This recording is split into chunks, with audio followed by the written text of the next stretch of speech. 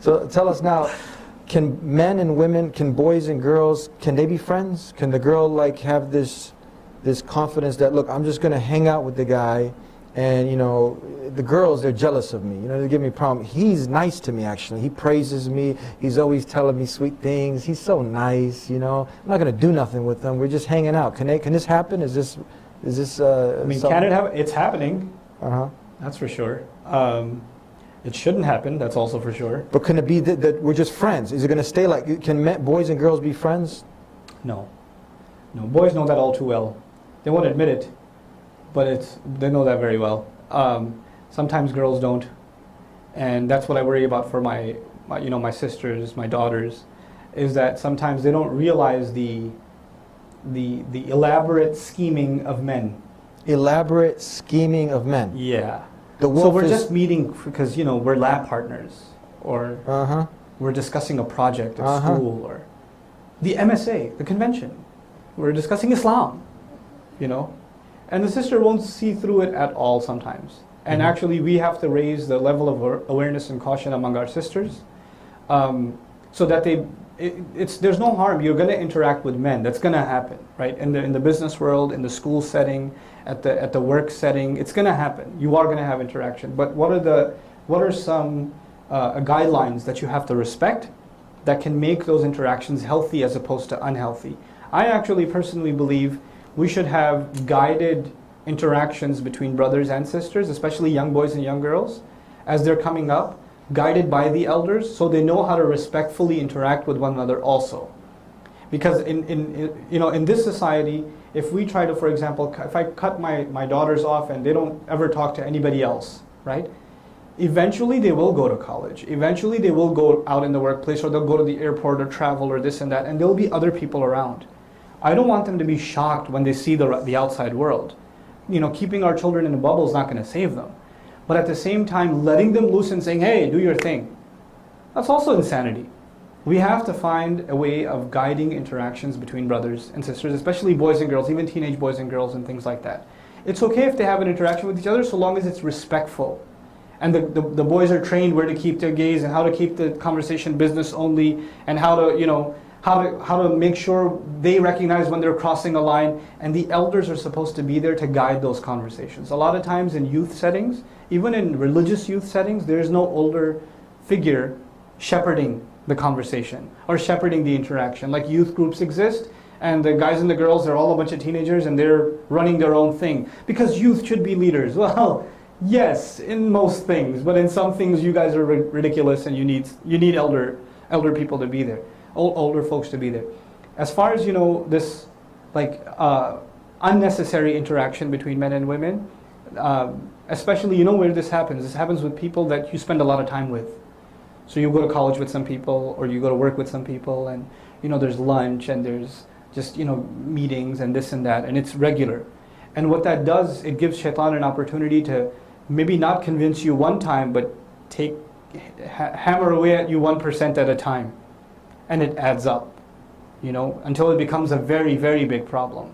Just the other day, I got a phone call. It was one of the most, it was a very typical phone call. Usually I don't take these kind of phone calls, but this time I just said, I was in a bad mood, so I took it. So, guy calls me and says, I'm going to this college, and there's this girl, she takes all the classes I take. Actually, it's the other way around, I'm pretty sure, but it's nice that he put it that way, So she takes all the classes I take, yeah, And we discuss classes and work and career, because she's in the same major. We've been talking for a couple of years. I haven't done anything wrong. I was like, yeah, sure you haven't. And then he says, but she just told me the other day that, she's considering a proposal. And my heart sunk. And I don't know what to do. What should I do? And this guy is like in just this deep shock that she proposed. Like, did you propose to her? He goes, no, we were just friends. I didn't realize we were more than that until she said there's a proposal. So the heart started getting attached. Yeah. And I said, dude, what do you want to do? You just told him like that? Yeah, that? I said, what do you want to do? You want to marry her? Talk to her parents. Go. But there's already another proposal, and I think she likes the guy or something. I don't even see life is worth living anymore, and blah, blah, blah. And I was like, okay, here's the first thing you do. Go tell your parents. And he's like, 21, 22 years old. I tell him, go tell your parents. And he says, no, I can't, they'll kill me. And I said, okay, so you can't live without her, but you're not man enough to tell your parents. No. Why were you spending so much time with her? I just liked her, she was a real friend, she used to listen to me, blah, blah, blah, all this stuff. Look, if you're going to go around, did you know religiously, I asked him flat out, did you know religiously what you're doing is wrong? Going out with her and sitting and having fries at McDonald's is wrong. You knew that or no? Yeah. Well, now you know why Allah says don't do it. Because it hurts. You know? There are consequences of this in the akhirah, but emotionally people get scarred. People get really messed up. And they don't realize the price they pay emotionally even in this world. I would argue even, it's not fair to the people that these kinds of individuals will eventually marry. Because they're not emotionally attached purely to the person they married. Their mind is somewhere else and they're reminiscing about somebody else, you know, and it's not fair to another person. So even from an emotional point of view, it's unfair, you know. Yes. The other thing is, in this culture of dating and, you know, seeing somebody and then not seeing them, now you're seeing somebody else and things like that, you just learn to become insensitive to other people's feelings. You just, at the end of the day, you just turn into a customer looking out for yourself. First time a guy gets dumped, he's depressed. The next time he's like, I'm going to be the one doing the dumping, you know. So he's just, I'd rather not be hurt myself. I'd rather, you know, be dishing out than taking, you know. Yeah. So you just become more and more inhumane. And that leaves you incapable of having a family. Because at the heart of family is love and compassion and courtesy and worry about somebody else.